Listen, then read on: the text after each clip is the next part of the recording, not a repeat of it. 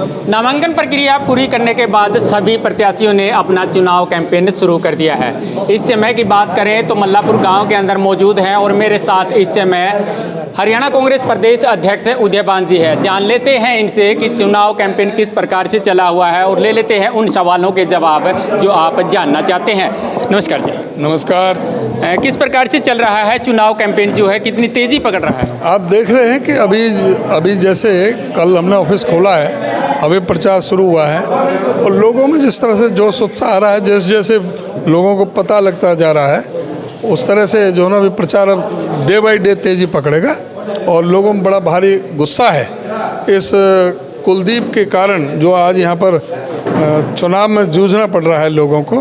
तो ये कुलदीप को इस बार सबक सिखाने के मूड में है, पूरी तरह से बदलाव की हवा चल रही है। एक तरफ आप इल्ज़ाम लगा रहे हैं कि एससी प्रदेश अध्यक्ष को देखना नहीं चाहते, दूसरी तरफ कुलदीप कह रहे हैं कि मैं 36 बिरादरी की राजनीति करता हूं।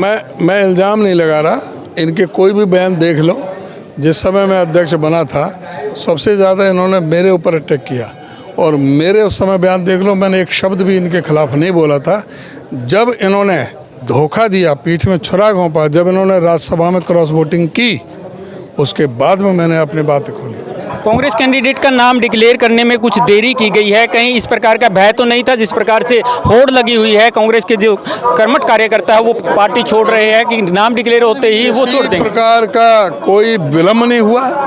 12 तारीख को हमारी टिकट डिक्लेयर हो गई थी, 14 तारीख था लास्ट नॉमिनेशन का, तो विलम्ब कैसा? उससे पहले हमारे साथी सब ड्यूटी अपने अपने जगह गाँवों में सब अपने हमारे कार्यकर्ता स्थान ले चुके थे, हमारा चल रहा था प्रचार। जिस प्रकार से आप लोग कहते हैं कि बाहरी कैंडिडेट नहीं है, लेकिन लगातार ये आरोप लगते आ रहे हैं कि कैंडिडेट तो बाहरी है लेकिन दूसरी बार चुनाव लड़ने की यहाँ पर जहमत की है, तो कुछ बदलाव जो हो वो जरूर देखने को मिलेगा। हाँ बिल्कुल बदलाव देखने को मिलेगा।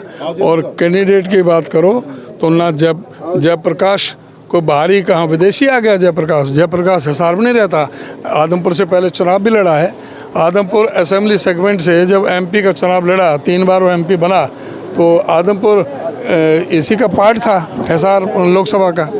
एक प्रकार से देखा जाए तो 3-4 कैंडिडेट जो है वो कांग्रेस से ही निकल करके आए हैं, वोट भी कहीं ना कहीं बंट गए होंगे, तो चुनाव में किस प्रकार से वोटों की जो है वो काउंटिंग जो है वो किस प्रकार से इकट्ठा कर पाएंगे? इनको चिंता करनी चाहिए, इनेलो को, आम आदमी पार्टी को, कि अपना एक बंदा ऐसा नहीं तैयार कर पाए जो चुनाव लड़ सके।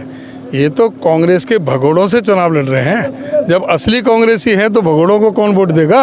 आप भव्य को बच्चा कहते फिरते हैं, कहीं ऐसा तो ना हो जाए जिस प्रकार से 2019 में दुष्यंत के अंदर देवीलाल की छवि देखी थी, इस बार भजनलाल की छवि जो है भव्य में देख ली जाए। आपने कोई शब्द सुना है मेरा भव्य के बारे में? भव्य पहले एमपी का चुनाव भी लड़ चुका है और इसी असेंबली सेगमेंट से आपको पता है कितने वोटों से आ रहा है, तो ये मुझे बताने की ज़रूरत नहीं है। भव्य को मैं तो बात कुलदीप की मेरी थी, मेरे स्टेटस का कुलदीप है तो मैं कुलदीप की बात करिए और भव्य के नाम से नहीं, अब तो कुलदीप के नाम से वोट मांगो ना जी। दर्शकों, उदयभान जी हमारे साथ मौजूद थे। चुनाव कैंपेन जो है वो लगातार जारी है इनका और हर प्रत्याशी चाहता है कि हम अपने इस चुनाव में जीतकर जनता के उन मुद्दों को उठाएंगे, जनता के उन समस्याओं का समाधान करवाएंगे। लेकिन ये तो समय ही बता पाएगा कि इस उपचुनाव में कौन सा प्रत्याशी बाजी मार पाता है। लगातार इसी प्रकार से जुड़े रहिएगा, हम तमाम चुनावी अपडेट लेकर के आपके बीच में आते रहेंगे अपने सहयोगी के साथ। मैं आपका साथी नरेश कुमार।